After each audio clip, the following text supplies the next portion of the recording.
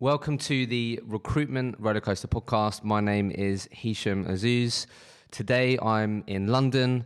I'm joined by Tom Enefer, who works for a business called Cobalt Recruitment, who specialise in real estate and construction. And Tom's worked at this business for just over 5 years. Yep. Is now a managing consultant, managing a team of 4. Great. Tom, thank you for joining me. A pleasure. Thanks, Hisham. So yeah, I think I actually got a message not too long ago around, Hisham, you always have tech recruiters on when you're going to have people that are in the sort of construction real estate market, because it's however biggest one of the biggest markets in the UK, or how have you not had anyone on? So I'm excited to unpack your journey. I mean, you've worked at one recruitment agency for just one, for 5 and a bit years. Yeah.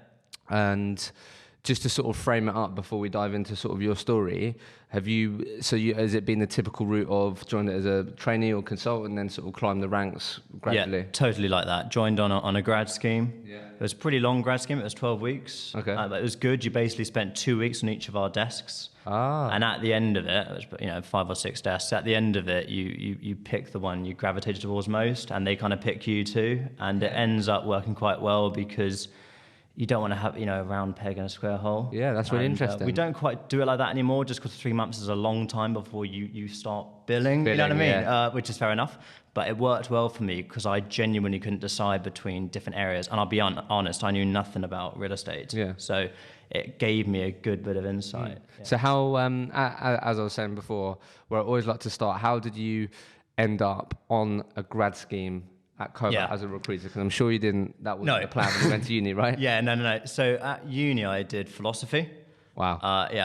And unless you live in ancient Greece, it doesn't lead to any obvious careers. So I finished my degree, and I finished it early.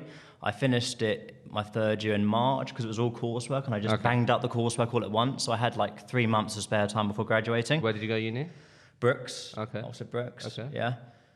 And I just had a good few months of able to look for a job. And I made it my full-time job looking for a job. Yeah. Seriously. That always helps when it's like actually all the thing you're focusing on. So I was back in Eastbourne with my family house, and I was just applying for every job under the sun.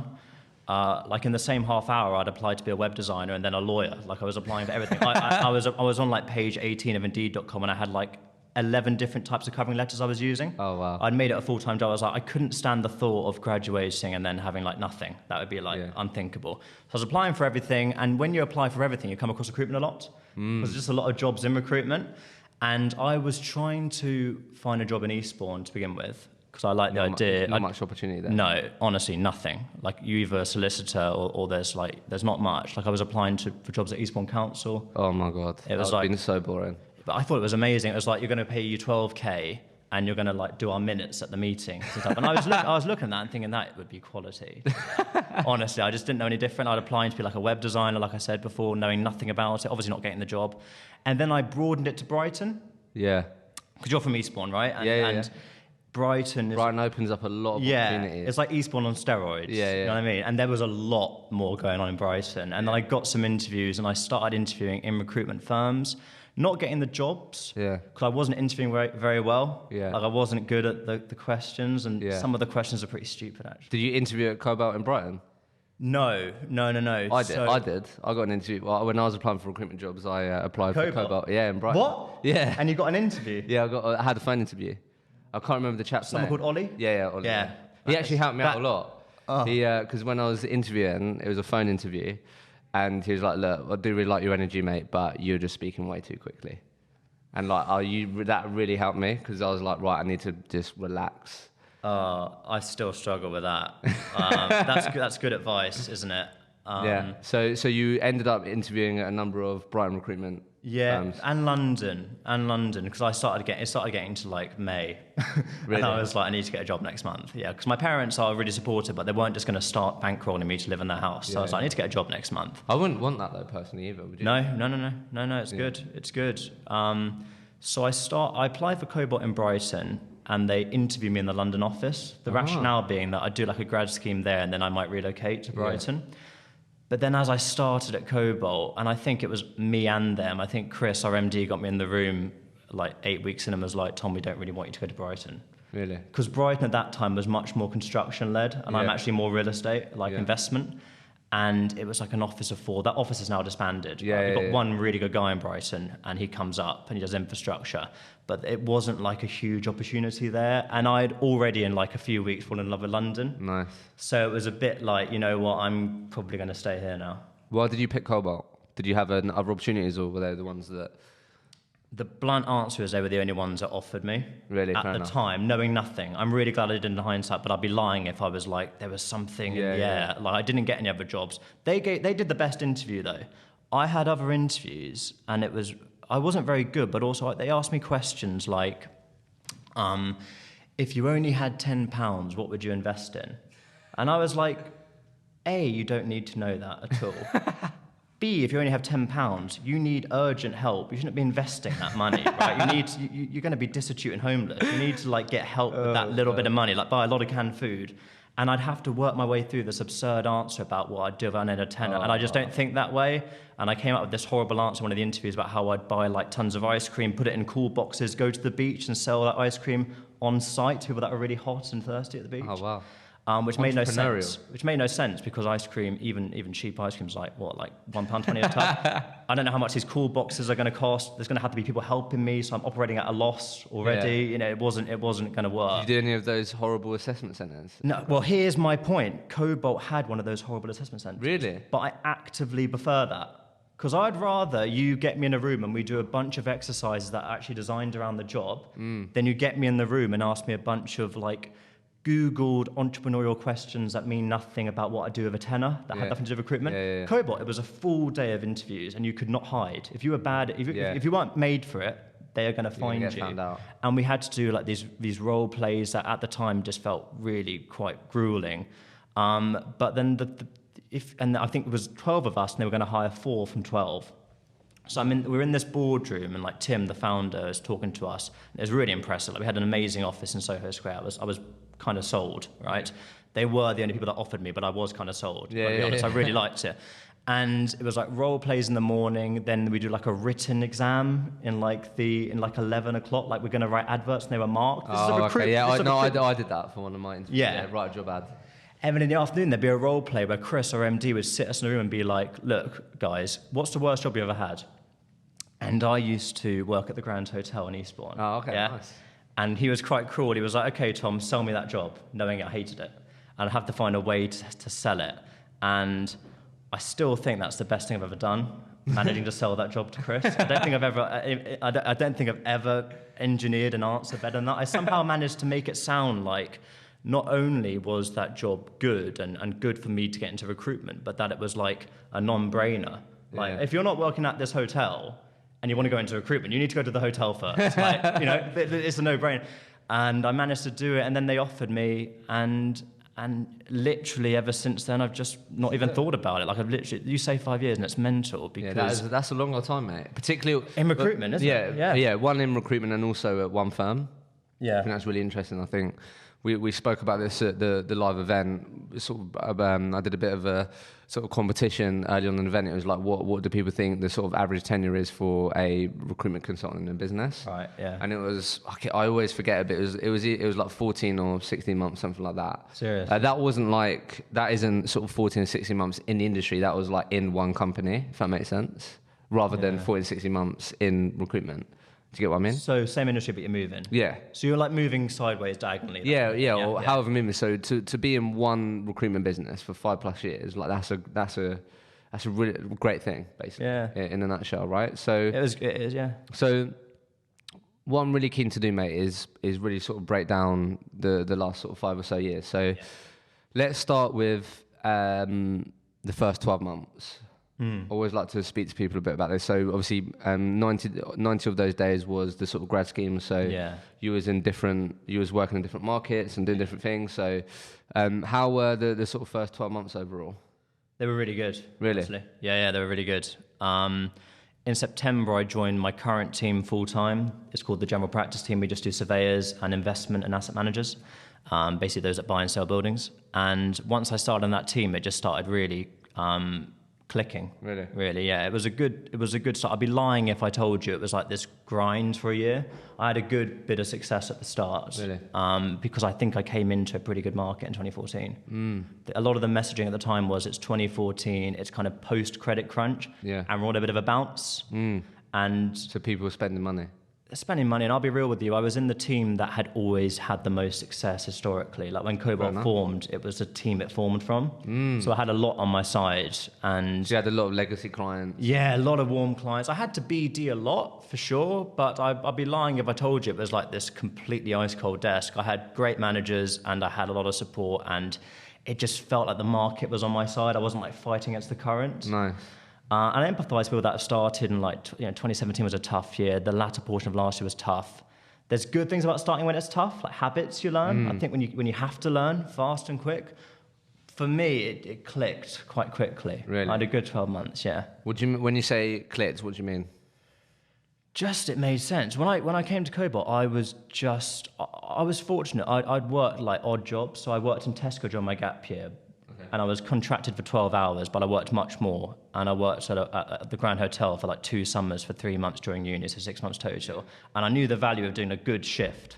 Yeah. And that's really important. Work ethic. Like I made it my mission to do well. I wasn't sure if I would be good at this job because you don't know, do you? And like I wasn't actually sure if I would be good because I come from this like English literature philosophy type university. Like you just don't think so. You're going to be salesy. Yeah, I mean, that's what I mean. You don't strike me as a salesy person. Not at all. And I'll be honest, like I am money motivated, but I'm not the kind of person that's just going to go out and buy a Rolex at all. Like I wasn't the character you'd think. And actually Tim, our founder, said when he interviewed me, he was like, I was wobbling, Tom, to be honest, because I wasn't sure about you. Really? And I totally get it. I don't hold it against him at all because you wouldn't meet me and be like, that's an absolute Wolf of Wall Street type person. That's the opposite of what I am. I don't think that's what sort of makes a good recruiter these days, though. Or that would mean that you'd be great at recruitment these days. Do you know what I mean? And as cheesy as it is, I'm actually not trying to make some weird sale. Yeah. I actually like to look at a building when I'm walking to work and be like, I put 60% of that company there. They came to me in 2015 when they were just starting, and now everyone that isn't a partner there, I put that. That's cool. That's what I like. And obviously, I won't complain about the money side, but I really like the emotional side of it. Like, genuinely. In what sense? Just knowing that you've got a difficult mandate, it seems impossible or tricky, and you've kind of taught a process of talking the client around a bit about what's possible, positioning it well to a candidate, particularly if it's like a niche area, and just marrying the two, and now that person's been there 3 years, and it's great. Like I like that. It's definitely an art, isn't it? Yeah, I think so. I think it's understated. I think, and particularly if you're in an area where you have to know a bit of knowledge around it to sell properly and explain it. I think honestly, it's financially rewarding, but if you do it right, it's quite rewarding emotionally. That's the part I like. I really like that. Yeah. How? What I was going to say. So, any sort of big challenges in the first year then?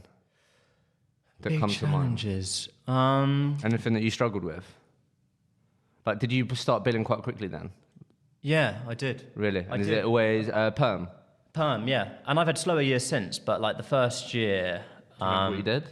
I did 212. Fucking hell. Yeah, I did 212, but that doesn't include that. That's January 25th. That's January 2015 to end of year. Yeah. Yeah, that's decent. Yeah, and I did 40 from September to the end of 2014. Really? Yeah. So I had a good start. That's decent. That's still, I'll be honest, that's my best still. That's still my best. Really? Yeah. That's mental. So your first year in recruitment was your best year. It was still my best year. Hopefully it won't go down as my best year ever. In 2016, I did 220. Yeah. And then 20K fell out 2 months after the year ended. Oh. So I went down. I think it was still on the figures, so I don't know if it, whatever that means. But so maybe from an admin point of view, I still did it, but it fell out, and I had to backfill it. So that would have been 200 odd. Yeah. So that's been your best year? It's my best. That's crazy. That's what I mean, yeah. So it's not like it was clicking and I never looked back. Do you think that's sort of, that's also has its negatives, right? Because then it's like, from year one, you'll have this expectation on your shoulder where it's like, I'm a 200K plus biller. Yeah. Because honestly, in today's market, the conversations I've had, I put a post out not that too long ago around like what's deemed as a good biller. And a lot of people came back to that and was like, if you're billing 200k plus in today's market, like that's a great place to be. Yeah. If you're billing around circa 150, 180, like as someone that's employing you, like you've got a great person there that's really bringing a lot of value to the business. But if you're breaking that 200k mark, you're deemed as a good biller. So to do that in your first year, then the expectation of pressure's high. Yeah. Yeah, pressure's high, like honestly, and rightfully so, because like I said, I was in a good team. So it's not like they were asking too much. I should have been doing that. My boss was doing more. Was you 360 or was you? Yeah, yeah. From day one? Yeah, day one, yeah, 100%, yeah. Okay. 360. That's crazy. The grad scheme was great. We don't do it anymore, but that 3 month of learning all the teams, learning how like debt and equity works and all of that stuff, it helps. Like it makes you feel credible. How important? Yeah. So how did you go about? I think that's definitely a challenge for people even more experienced. Like how have you gone about like really understanding your market? Like how have you gone about doing that? Because I can imagine in your world like any market, but how important is that to? So important. Really? So important. You don't get me wrong. You can overthink it. You can over-prepare calls and learn. You can write them to me notes. But if you know your stuff and it comes through organically, not just the knowledge, but who's in the market, so you can name drop contacts and people you've placed here and there, it's the difference maker. Really? Because one thing I will say, I'm in a good team, right? It's a very saturated environment. We've got a lot of competition, and there's a new competitor every day. Okay. And it's hard to stand out unless you're really good.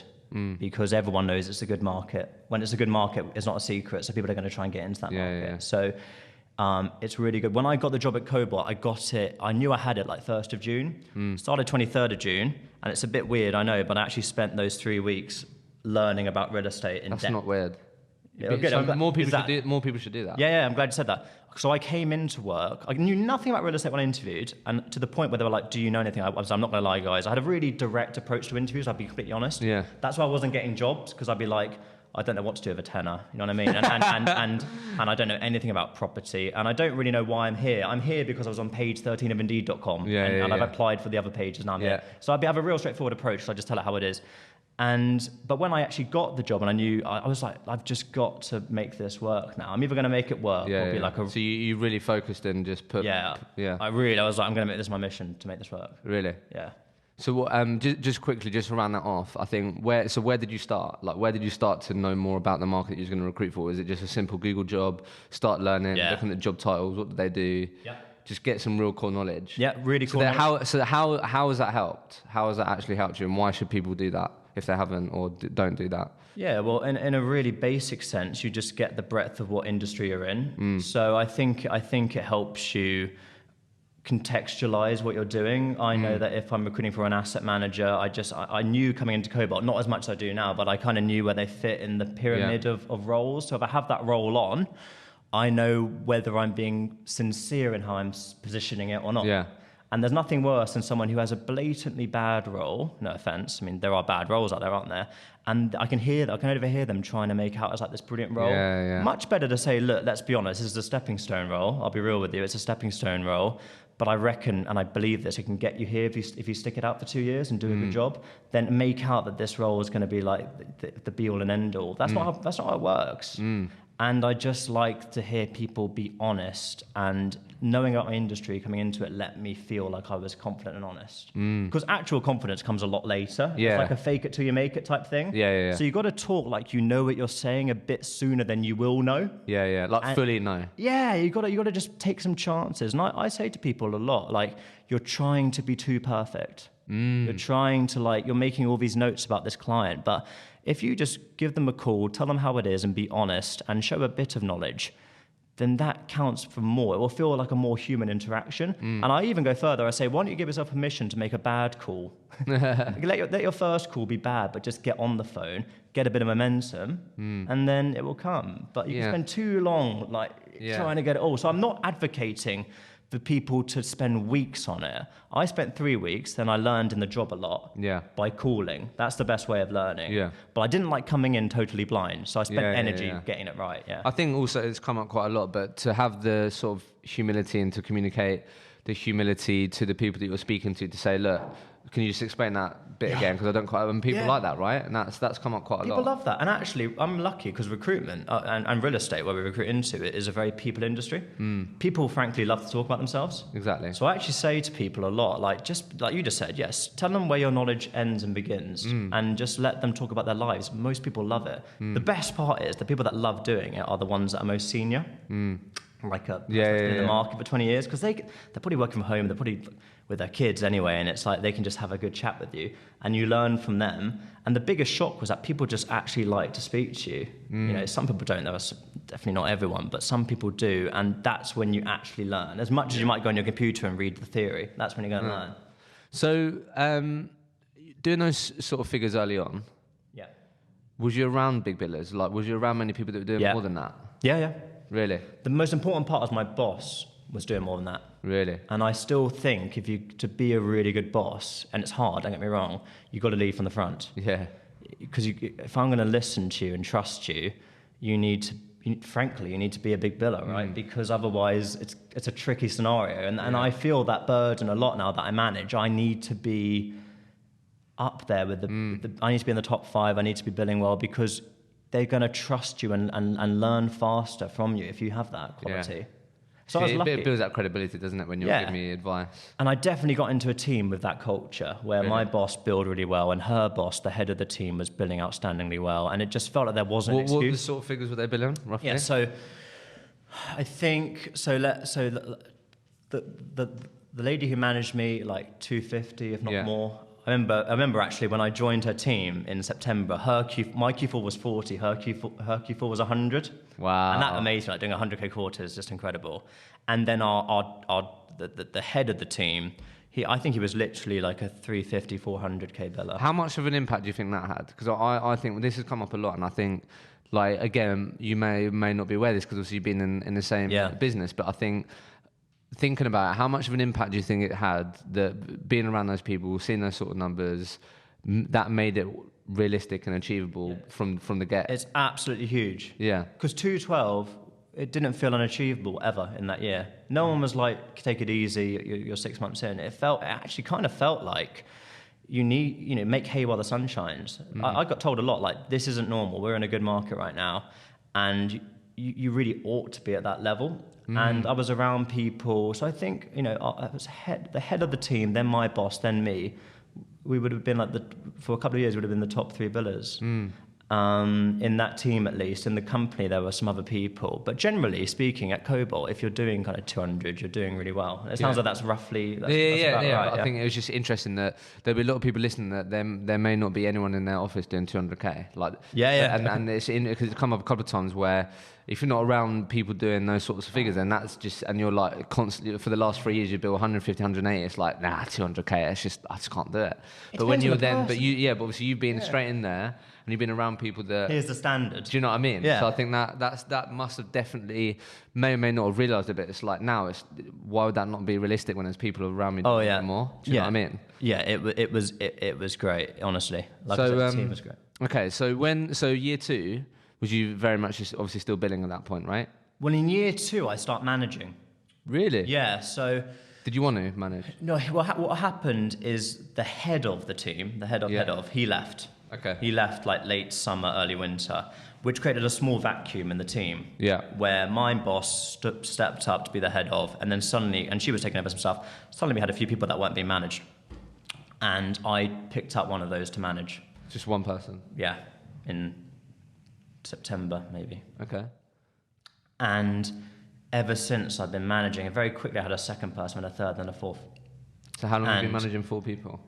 So I've been managing 4 people about 3 years. Oh, okay. I think, yeah. So pretty much, nearly the whole time, pretty much. Since you start after that first year. Yeah, so that first year was the first time I was like a solo, self-motivated biller. The other times I've been trying to retain that and lead from the front, while also trying to manage and pass on things when I can and create a desk, an actual self-contained desk. So my internal rationale, it's not an excuse, was like, I honestly think it was, in hindsight, quite easy if you're only thinking about yourself every day. Oh yeah, for sure. To come in and do that. What's more challenging is getting to those numbers or in that territory, but also being selfless and passing on roles. Not totally selfless, because it should still be financially better for you to do that. But frankly, it isn't to begin with. You are making a small cut, and just doing that, and you know, I haven't billed 212 since. Like I said, 200 last year, and the year after that, 2017 was a really tough year. That's probably my lowest. Really? That's when I first moved to like managing 4 people. That was really challenging. Really? That's my main bit of advice for people. Well, not really advice, but something to just tell people about, is that when you manage 1 or 2 in recruitment, I think you can still retain a good daily patter with your own work. When it's 4, it's genuinely 2 jobs. It's like you're working 2 jobs. And everyone I've seen at this company do that has, and me included, you take a bit of a hit in billings. How do you deal with that? It was hard. Not well. Really? Didn't deal with it well. When you say you weren't dealing with it well, what do you mean? It was just 2017 was really tough. It was just like adapting to the intensity of targets are still there, although Cobalt are nice. But it's like you've got to be brutally honest with yourself. For me, it was about looking at things and being like, when a deal falls out or something, you know, it's about being brutally honest with yourself. It's like, how much of that was my fault? Some things can't be controlled. If someone gets countered 25k because that business can't lose them and they get a counter offer, what I found is that if you're real with yourself, most of the time it is something in there is your fault. Yeah. So willing to look in the mirror, how could I have done that better? Yeah. Did I do everything I possibly could? Often if you're honest, you could have done something better. And that weirdly is a good thing. Yeah, for sure. Because you can actually work on that. It's harder when you're like, I can't think of, like, it just got counted 20k. I would also stay if suddenly my salary went from 80 to 105. Yeah, you know what I mean? yeah. But it's better. So I deal with it by taking a bit of time, honestly, just to not think. And then I really think, and I'm a bit brutal. I'm like, what could I have done differently? And I want there to be something I could have done. And then I'm like, right, I'm not doing that again. And then I generally improve, right? Did you think about quitting? I don't think so. Not in 2017, no. I don't think, no matter how bad it got, I just really felt like I wanted to make it work. Like I remember like, and I turned it round. So I think literally in August 2017, I was on maybe 90k. Yeah. Which is so much lower than I've ever been on before. And that year I still did like 171. Yeah. So I had a huge... Really picked up. Yeah, I was doing all this... So how do you think you got through that? Because a lot of people message me. Yeah. Let's just think about some of the things maybe. So that's one of the things. So yeah, so to give you context, a lot of people message me and it's, Hisham, really struggling with this, or I'd love you to speak to people about how they pushed through that period, blah, blah, blah. And this is clearly a tough period that you had. Yeah. So I'm keen to stay on it. So something that you became more and more comfortable with was when things started to not go your way.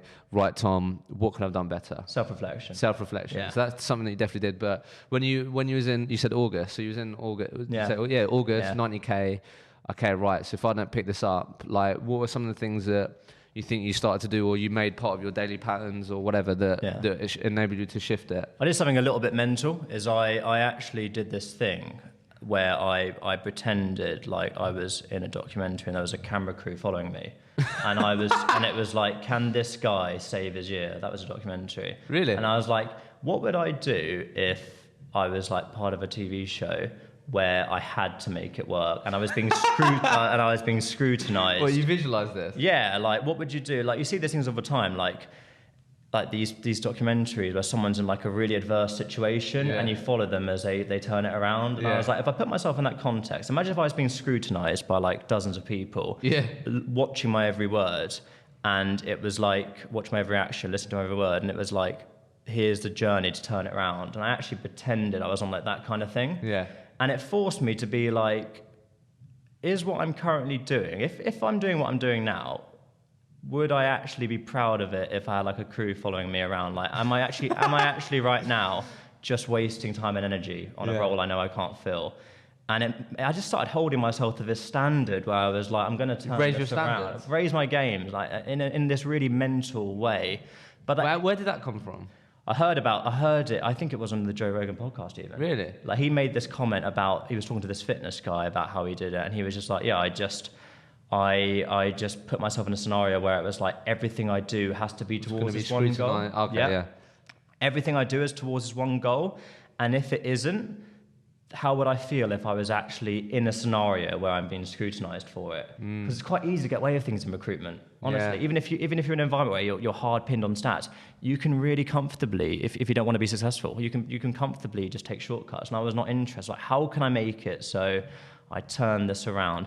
And the final thing I did was it might sound a bit weird, but I actually woke up and realized there's a lot more in the world than recruitment. And Nice. I found ways to escape, because certainly in that first year, 2015, 2016, I was really obsessed. Really? Yeah, really obsessed. I was missing tube stops, thinking about coming into work, thinking about like, I was obsessed. Like if deals are going to come in. Yeah, and like all that. I was very young, new to London. There wasn't a lot going on in my life. Yeah. And more has happened since. Now I just think there's a lot of value in switching off emails at the weekend and just forgetting about it and just watching the football or something. It just gave you a bit more clarity when you are here. Yeah, so then when you are in, it might feel like you're skipping on work, but when you are in, you have a totally fresh perspective. And now suddenly something that was eluding you on the Friday, because you've actually switched off, you come in and it's like, no, I kind of get what to do now because you had that break. So when you had that sort of that sort of mindset switch on raising your game standards, what were some of the things that you started implementing, or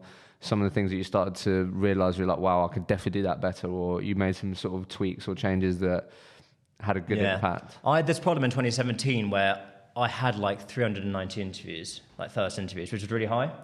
But I was just working roles where they would interview and then it wouldn't really go anywhere. Yeah. I was working with lots of these like investment practices that were quite small and boutique-y, and they'd have like impossible standards. They'd meet everyone under the sun and then no one would be good enough. Right? So a bit of info on that. But you was getting interviews. Yeah, so it was a weird one. And I think rightly so, but the way we treat things here is we look at interviews hard. Like cool. As a metric, we look at interviews. And so on the face of it, that looked like I'm doing well. Look, I'm getting I was interviews. smashing it. I remember I had like the third most interviews in the company. 319 interviews. I don't think it was that much. It was like it was a lot. It was a lot. I think it was over 300. I'll have to see. I think it was a lot. Yeah. It was So a typical metric that gave you the best possible chance of earning the figures you did. Yeah. You realized I was nailing it. I realized it was not worthless, but I realized that it was harming my success. Wasn't as valuable as you thought. No, because I was getting interviews in the wrong places. I know that sounds really weird, and I started being brutal with my time. And and a few things happened at once. The people I was managing started becoming more self-sufficient, which was good. Okay. Because I'd put 9 months into trying to make them really good, and it was starting to really work. One of the ladies I managed was the highest billing non-starter in 2017. Oh, wow. Yeah? The other guy I managed, who I took over when that chap left I mentioned at the start, the first person I managed in September 2015, he did 190 that year. Oh, wow. Right? So it's starting to work. I had like a slow year as I was training and giving clients and doing that. And then when it clicked and they start billing, it almost helped. And at the same time, I became more realistic with the little time I had to do my own billings. I was like, I can keep getting into these places where you have to be perfect to get the job, or I can work positions which on the face of it seem different and slightly, I don't know, like you don't want to say worse, but sometimes positions that seem less attractive and are more stepping stone roles, but actually they're ready to hire and it's urgent. And that was the main mentality switch. Really? Yeah, honestly. And that was enough to, it was a bit of both. And then that kind of switched it around. I just had a good Q4. That's really interesting. So, and then anything around a few things that switched around you really valuing your time? I think that's such a really interesting insight, because I think a lot of people, so do you do the majority of your stuff contingent? Yeah. Yeah, so that... Couple of retainers. But so that's the thing, right? So it's like, again, there's so many recruiters listening right now that the majority of the work they do, they're not getting paid for. Right, yeah. So, like, was there anything else that you become really strict with your time on? Do you know what I mean? Was it I don't know, you had really strict things in your diary where, like, you had to do certain things at certain times, or you recognised that clients had to sort of hit a certain thing for you to be like, yeah, this is a job I'm going to work? I don't know. Was there anything else on that? Not really, because I've always approached it like that. Oh, okay. Even when I wasn't performing top tier. I've always been like, you valued your time? Yeah, I value my time, but also I'm a big believer, I'm a big hater of like 8 a.m., 8 p.m. recruitment firms. Yeah. I just think when you have a time schedule like that, I think I work better in like a smaller window when I have an urgency to it and I'm like, I need to get this done. That's when I produce some of the best things I do. I think if you have like an endless amount of time to sit there, patter around and do like the odd call, because the day's 12 hours long, that just harms like the ability of the culture. So I always had an approach where I wouldn't stay at work for no reason, but I'd force myself to have a really productive 8 hours or 7 hours, right? So I would never leave the office without having a shortlist sent to whatever role I got on that day or advertised, all the basics. I'd make sure I would hate going home knowing I've half-assed it. Really? And that's because of that time I spent before recruitment just working what I would consider really hard jobs. Yeah. It's actually harder, as hard as recruitment is, it's harder being a waiter on being screamed at by chefs, screamed at by customers. It's 11:30 at night. Your feet are almost bleeding. You've been there for 9 hours. You're hungover. That's harder. Learning the value of a hard shift really puts it into perspective. Yeah. I was such a bad waiter. Where did you? I was a waiter for like 3 shifts. Anywhere in Eastbourne? Yeah, there was a place in the harbour called Picasso. Yeah, that's the place with the tinted windows. Yeah, tinted windows. So I did like 3 shifts there, and I just absolutely crumbled. Like honestly, yeah. So like, one of the shifts I dropped like 2 pizzas. Yeah. And I was only carrying 2 pizzas. It was bad. Yeah. So I totally get that. Okay, cool. So just on that point, and then I'd love to sort of dive into your management experience, because I think a lot of people get value out of that. So with that in mind, how do you typically structure your day? Was that typically like, are you quite rigid with that, or not at all? Really? No, not at all. You don't have sort of set, blocked out times? My rationale, and that's the best thing about recruitment, is every single day is really different. Okay. Every day is so different. So if I have a set plan for every day, I'm not going to be competitive. You know what I mean? So I come in, and one thing I always do, and it looks like I'm a child, but I always do it, is I do a morning list of things that just have to be done that morning. Yeah. Then after lunch, I make a lunch list. Things that have to be done. And if it's a late one, I do like an evening list of things that have to be done before I go home, and I make sure. So you do make prioritize tasks. But what it is different every single day. I'm not going to leave work without doing the key things. But if something happens overnight, I come in and I see it, then suddenly that's the priority. Yeah. Little things like I'll always, if there's interview requests, I'm going to try and get those in sooner rather than later. Because if you procrastinate on those, then someone's available at 1:30 and they no longer are, and that's only because I was lazy and waited 20 minutes to book it. I can't stand that. Yeah. Like I would hate myself. I never do that. Yeah. So those things I'm doing right away. Other things, there's lots of flexibility, and I've always operated on the metric of I'll do what makes money first, frankly. Even though I'm not a cold-hearted, money-motivated person, I think a good way of structuring your day is being a bit commercial about it. It's like, will that make me money, or is that just a nice thing to do? It's calling back that person who I can't realistically help, and I've told them this, and they've called again anyway. The best thing for me to do, it might be the nicest thing, but actually, if I get this shortlist out, that's going to help me. Yeah, no, I think that's a great mindset to have, isn't it, when you're approaching tasks and what you should be spending time on and stuff. And when I was on my grad scheme, it was I spent 2 weeks on this team that was super volume driven. Okay. Which is very different to me. But I work like 3 roles a month, right? Really? Well, maybe like 6. Yeah? Okay. And you try and fill half of them, and a couple more get put into next month, and it's all good. This team was like 11 a week. Yeah. And that 2 weeks taught me everything. It taught me so much. It taught me, I bring that ethos to this desk. So I'm working this slower desk, but with the urgency, and pace of it, as if I've got all, and it just forces you to get things done. And it just makes you really realistic with your time. And when you start managing, it's that times 10, because suddenly you've got someone you need to advise or want to have a quick moment in the meeting room, one-on-one, just talk through some strategies, or they have a complaint, or they have a question on salary or something. Or you have like I do this week, 4 appraisals in 1 week, right? They're going to be an hour each. And I've got to marry that with trying to still hit punchy individual targets. So that really helps. So let's talk about management then. So just to be clear then, so you ended up taking on under your wing 1 person, that quickly turned to 2 people, and then it's been 4 people for like 3 years. Yeah. So let's start with, what have been the biggest challenges in you managing these people, would you say? Yeah, well, the bog standard one at the start was keeping up what was a big billing expectation for my first year, going into my second year. Okay. And was that expectation on yourself or expectation with the people above you? Totally on myself. Really? I've never been made to feel bad about my billings. Ever. Really? Literally never, even once. Yeah, so that's more of your own standards. Yeah, my own standards. I think I've always billed at a level where I'm always around 200, right? So I think it's always been satisfactory, and I've always had people around me that are doing that. But it was hard. I think honestly, if you're going to start managing, you need to be in a good position billings-wise before you do it. Really? Because I think there might be a bit of a drop. I think particularly if you're managing multiples, you might suffer a quick drop in billings, if not a longer one.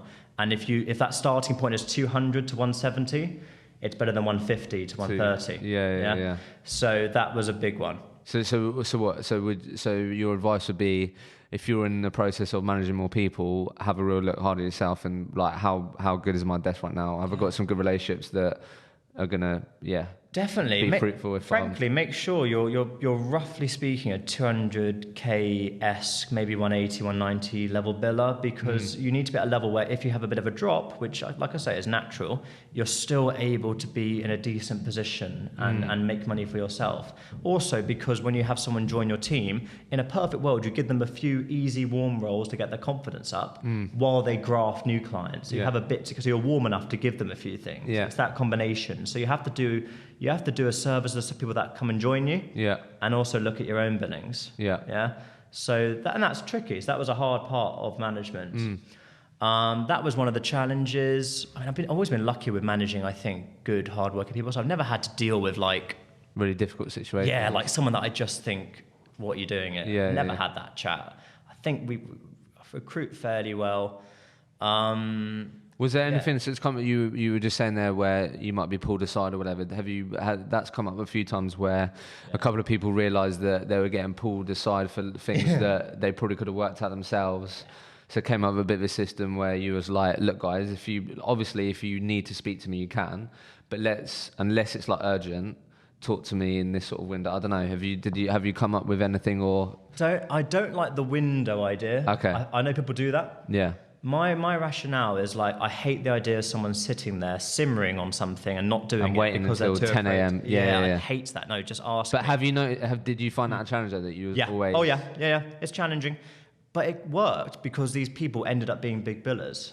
So when I look back at 2017, I just think of it as a hard year, but one that eventually I'd turn around somehow because of the camera crews. Yeah. And then, and also the two people ended up doing quite well. So it was a hard. So why do you think they did well? I think it was they were joining a pretty successful culture. Okay. I think they had the benefit of someone who had a couple of years under the belt, like I did, and was. I really made sure they knew the market. Like I'd prioritized teach them about the market. Yeah. We did some one-on-ones. I was like, this is how it works. They had some good clients to crack on with. They weren't having to graft. Did you pass on some of your clients? Passed on a couple of things, like for one of the chaps I took on in that October of 2015, I passed on some roles to him that he filled with some of the consultancies and stuff, and it just gets your confidence up a bit more. Yeah. And they were really good. Like not taking away from them, they were great. So they wanted it too, and that really helps. You know? So they were people that would listen. They'd follow the structure I had in mind. They'd bring their own ideas to the party. I love when you're managing someone and they actually surprise you. Like they actually they give you a perspective. And like, my God, I wouldn't think of that candidate. Like that's a good feeling. Yeah. They were those kind of people. So I was lucky that I had good people like that. But basically. How your market?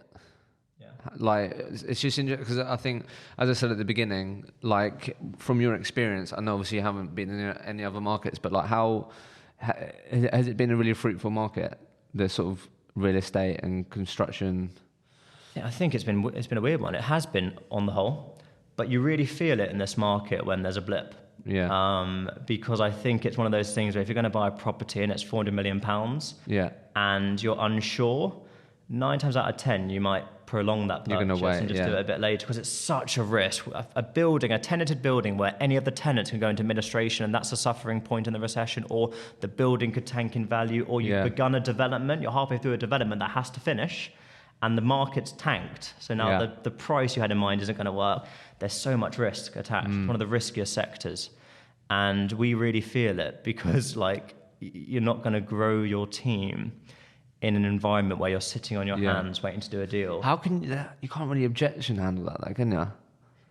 Well, what you do is you'll really, this is about 2017 again, which was a huge year for me. It's about shifting your focus from roles where they've historically been really prestigious European investment roles, people that are kind of buying buildings, and you shift it towards things like insolvency, for instance, is when a building goes into administration, there are certain surveyors that specialize in turning that around. So those roles thrive in harder markets. Suddenly you need surveyors. So you're still recruiting. You've got to look at your market and be like, is there actually an opportunity here or not? That's awesome. Often there is. And so you pivot, and what was an awesome role 2 months ago might not be. And the sooner you come to that realization, the better.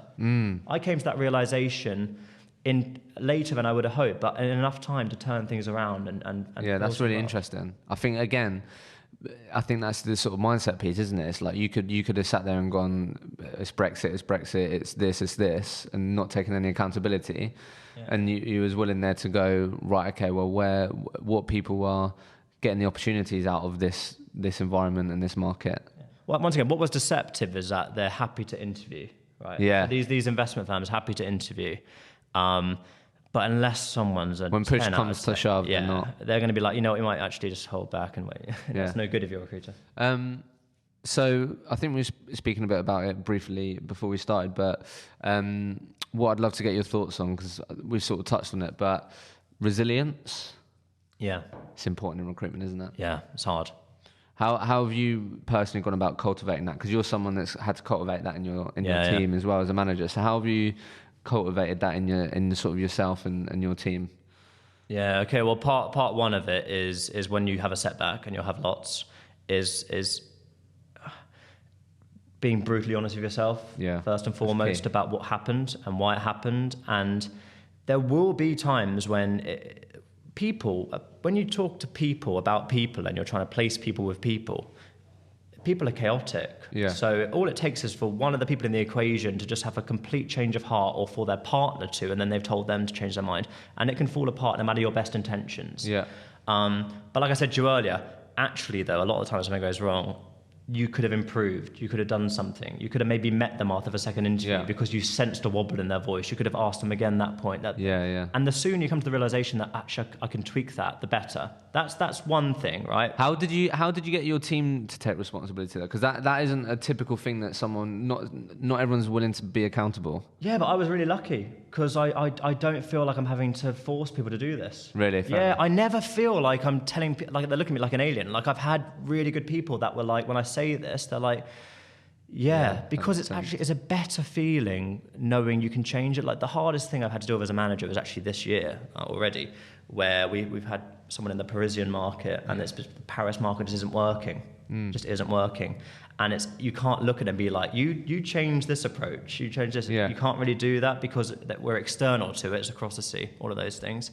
And that's a harder conversation. Yeah. It's easier when you're like, tweak this and that, and I reckon you'll get there. Often they get there. Yeah. People like to hear that. They like to hear a manager who can like spar with and be like, I reckon you should change this around. I never had someone be like, no, I promise you, because they hopefully want help. That's why they're here. So the first thing is be willing to First thing is take accountability as hard as it is, and know that it's a good thing if there are ways you can change it. Yeah. Second thing is to have more in your life than recruitment. Which is where I got it wrong early on when I was like 23. It was my life. Have more in your life than recruitment, so that after you've digested it, you can escape from it for a bit. Watch some football, go to the pub, do whatever you want to do, like whatever you do. How did you get better at that? Well, I got like little things like Did you start putting yourself out there in London and meet people and stuff? Yeah, I don't know. Like I just grew up a little bit, frankly. Really? Like I'm married now. Like I just have such a life outside of it. Like it gets easier. Little things like I don't have my emails on my phone. Really? Which is probably really controversial, but I just don't, because I just don't think, once again, if I know that between 8 a.m. or half 8 a.m. and half 5 p.m. I've got this time to do this, I work hard and then being like, I just send a few emails from home. Yeah. So I know what you mean. So I don't do that anymore. And it helps you come in with a much fresher perspective. So I actually think, you know what, I don't work less hard, but there's less intensity, which I think helps. Yeah. So first and foremost, be brutal with yourself. And if you can think of what you could do differently, that's a good thing. If you can't, don't be too hard on yourself. Yeah. Like if someone's literally been counter-offered 40% of their salary, then just know that that can happen, despite all the assurances it won't. And then as soon as you've come to that realization, escape for a bit, digest it, enjoy your life, realize that there is more to this than recruitment. And then come in with a new perspective, ready to go again, because you've got to go again, and it's going to happen again. Also, part 3, be realistic, it's going to happen again. So no matter how bad it feels now, it's going to happen again. So get ready for it to happen again. Just know even how good it gets, everything's working, it's like, right. Like, again, it comes to, like, don't be too high with the highs and too low with the lows, right? It's like, just understand that it's going to happen. It's going to happen. Just make sure you enjoy the highs. It's really weird in recruitment because you often don't enjoy the highs because you place someone, and then if you're a hungry person, you're like on to the next thing. And it's quite an unhealthy psychology because you actually sit back and like, in that year, like when I did like 200 or I do bill well, I actually look back and I think you don't celebrate successes as much because I have this quite weird, quite pessimistic approach where I almost think that most things don't happen. Okay. Yeah, I have the approach of I won't just a deal's done, everyone seems happy, brilliant, that's great. But you know what? There's a very good chance it just won't happen. All it takes is someone to get ill. Like I've had the craziest things. I've had someone like get really injured in a skiing accident over Christmas, and they haven't been able to start at the company I placed them, and it's fallen out. That was 2016. Oh. Yeah. So when I do a deal now, no. Stay grounded. Stay grounded, and most importantly, get backup options then. Yeah. Like backup options for deals you've done, or even if you have like loads of, like we call them projections. I don't know if that's like an industry-wide term. Like projections, like all the roles you have on in a month. Yeah. And I always say you need at least 4 projections to make money. Okay. You got 4 roles on. One role, the guy gets counter-offered loads of money and it won't happen, right? The other role, the girl, it delays and she's meeting them next month now, so it's out of this month. And then in the other role, you got unlucky and the other chap, who isn't from you, is from another recruiter, picked your candidate to the post and they've got the job. Yeah. But if that's happened a 4th time, there's something truly wrong with the recruiter. So I always look at my team, and I'm not looking at a team that is instantly billing, but the sooner they can get to a level where they're at 4 projections a month, the better, because that to me is when you can start making money. And of course, some months it all clicks and you have a 50k month. Yeah, I like that. But you need 4 roles on at interview, otherwise you're leaving it too much to chance. You don't get unlucky. You just have to have so much going on and work so ferociously hard that you deal with the obvious unluck that's out there. Just don't get complacent. Don't get complacent. Even when you do the deal. There was one guy I managed, and it was like, he'd be like, that's a done deal. And I was like, really? All it takes is for someone to get ill. You do that early on, though, don't you? You do, yeah. You're like, that's a placement. You love it. You do get better at judging that, but as you said, you also get better at, you know what, this could fall out. Yeah. Even how confident you are about it. Yeah, and the sooner you get there, the better. So actually, that's when fallouts can almost be a healthy thing, because you realise that you should have actually still had a couple of options, you know what? Because and then you can look at yourself and be like, did I get complacent there? Did I rely on things to happen too much? Yeah, definitely. How does business development fit in all this then? Because what you're talking about there is, if I'm always having 4 potential offers, 4 potential jobs going my way each month, that surely that's got to require always doing new business. No, yeah, definitely. What should be in your experience of that? Because that's probably, again, a really common topic, and in terms of people, that's a big area that people struggle. I don't know what your team's been like. They've obviously had to get better, but that can be a real area where a lot of people struggle. Yeah, business development, important. It comes into keeping in touch with what the industry is doing. And I always think there's no point business developing without a product. Okay. And in recruitment, that product is the candidate. Yeah, so speccing people out. I do it the same way around every time. I'm sure this isn't that unique, but I meet someone, I ask them what kind of companies they like, and they might say to me, I like X. And I'm really honest. I say, look, I've seen their movements. They're really impressive. I know a few people that have gone there. I'll be real with you. I don't actually yet have a contact, but I can easily mention I place some of their competitors. And if you're happy with this, I can have a chat, see what they say. And then it goes from this call where you've called this random company, introducing yourself and who you work for, which no one cares about. Yeah, no one cares. No one gives a damn about that. And maybe a couple of snippets of, oh, I see you bought this warehouse in Luxembourg, which they also don't care about, to actually saying, I've met this brilliant asset manager, they're fluent in France. I see you've just bought a few things in France. On 80K, they'd really love to meet you guys, if only for a coffee. And then that's an actual call. Yeah. So you have to have the candidate. That's what I realised really early on. I don't think I was even taught that. Like, that just came to me quite naturally. It's like, you've got to have an actual product for them to buy. Otherwise, it's just you. Yeah. and that was a massive thing. It's like, just sell an actual product, and then they don't need to know you. They just want to see this candidate. They want to see the candidate. You send them the CV, it all clicks together. You send your terms, and that's how you get new business on. Yeah. So I'm assuming you're telling your guys to always be, obviously you get better at knowing what a good candidate is and what a good candidate is to spec out and stuff, but that they've always got to be working with candidates or finding candidates that can drum up business. It all starts with the candidate. Yeah. I really discourage anyone to just be like drafting up these organization names, have like 11 in a row and just do back-to-back calls all through them, because you're not going to get anywhere. Yeah. Because why would they? Unless you get absolutely lucky and you've managed to catch a client in the middle of like genuinely urgent recruitment, and they're like, yeah, I do actually need, I really know, which is unlikely. Yeah. You got to kind of impress them with a really good product. Have you ever... it's been spoken about a lot, but have you ever sort of had success in speaking to senior people about jobs and then flipping those people into hiring managers? So if you're approaching hiring managers with sort of senior jobs that could also be your client, have you ever done How do that? you mean? So obviously I don't know what a typical job title is for your hiring managers, but if you have like a really senior role that you're maybe recruiting for, that gives you an opportunity to call people that would potentially be hiring managers, but you're talking to them about a job. Yeah. It's a delicate balance, isn't it? Yeah. Like, because you definitely, just the way it is, you have people that are clients and candidates. Yeah. And they are on one hand calling you, like chasing you on wanting more CVs, and on the other hand, they're like, have you found me a job yet? Yeah. It's a delicate balance. That can also be an effective way a lot of people have shared. Yeah. So if you're not doing that, I'd also be thinking about that. Yeah. So look, before we finish, I'd love to get your thoughts on, I love the way sort of you've broken down things and stuff. I guess the people that you've always seen or been quite inspirational to you in terms of like billing very well, being good recruiters, what are some of the common things have you seen in these people, do you think?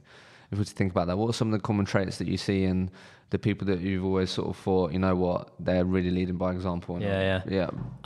They often just go for it. They have like a just go for it mentality. My boss, when I joined, had like a poster on her desk that just said, just fucking do it. And then she passed it to me, and it's true. Like, just do it. Like, find the balance between knowing your stuff, but also learning on the phone or on the meetings.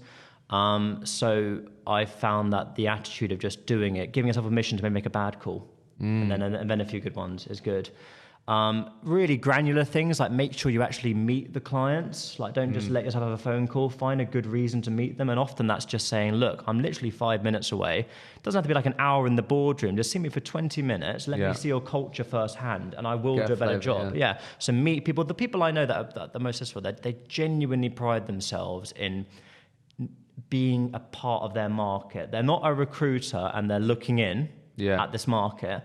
They're in that market, and they're a mover and shaker in the market. That's such a great way to look at it.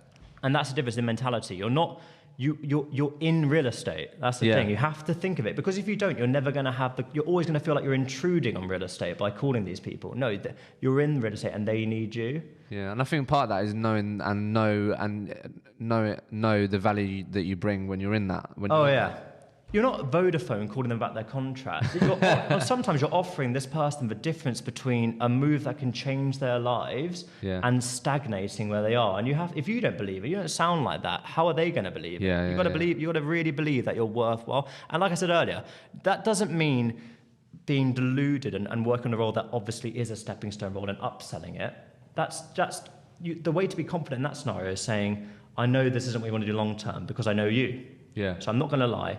This role is admittedly a point A to point B type thing, but I think it's worth you doing, because you know what, it will get you there. If you can grind it out for 2 years, do a good job, it will get you there. That is the approach. I'm definitely not a very salesy person. Another quality that's really good is the best people here, at least, they don't sound like they're making a sale on the phone. Really? Like they don't. It just sounds like they're having a very human conversation. Sometimes they even say, and I do this, I'm like, maybe don't go for it then. You know what I mean? Maybe just wait a little while and we can find something better, because maybe the market will improve in 6 months, so I'll call you then.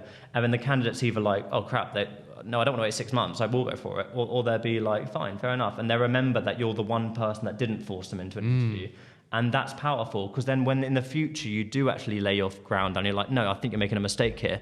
It counts for more, because you're the same person that said, oh, I get it, last time round. So not sounding like huge. It's that long-term mindset, isn't it? Willing to take those sort of shortcomings for the long-term gain of being respected and building credibility on. Yeah. I think that's a great quality to have, isn't it? Yeah. Recruitment's is sales, though, isn't it? Recruitment is sales. It's sales, but the best sales doesn't sound salesy to me. Yeah. You're trying to make a sell, but the best way to actually accomplish that end is by talking to someone like a human being, working out what they want, and just being realistic with them. Like, it's always to make a sell. We're here to make money, I get it. But I found that rather than reading from a script and hard-nosing it, it's much better to be like man to man or woman to woman. Here's the thing. This is probably not for you right now in terms of your dream. I don't think your dream is attainable, frankly. You're kind of 2 roles behind your dream. Go for this and it will get you there in 18 months. That has more sway. How interesting from your perspective before we finish, like you've been in the market for 5 and a bit years, how much has it changed from like the recruitment perspective in your experience, and where do you see it going? So like what were sort of some of the biggest changes that you noticed or have noticed over the last 5 years? When I joined, it was the start of it being really candidate-led. That's what everyone kept telling me. Really? Like it's a candidate-led market. That's only become so much more the case. Really? Candidates call so much of the shots. Seriously, it's like you get an offer these days. You get an offer and you don't even celebrate because you've got an offer and it's good, but you're just like, the actual hurdle here is getting this person to hopefully accept. And when they probably have 4 other offers, that's a challenge. It's really candidate driven. I think LinkedIn is huge. I think you need to be using LinkedIn in a really constructive way to stand out. And whether that's like you were saying, like branding or in mailing. One thing I wish I did sooner was LinkedIn referrals. The recommendations. I missed out on so many of those, like from 2015 and 16, because I just didn't ask. I've done more in the last couple of years. But I missed out on some amazing ones, and that's your brand, that's your legacy. It's nothing to do with where you work. That's them talking about you, and I just wish I did more of that. So I just think you have to be ahead of the curve in technology now, whether that's LinkedIn or job boards, AI, those kind of things. And it's really candidate driven. And the main thing I tell clients when I meet them, not in like an aggressive way, I just say, be aware, you guys, that it isn't a culture where you can just have someone sit here in a boardroom, grill them for an hour, and they're lucky if they get called back.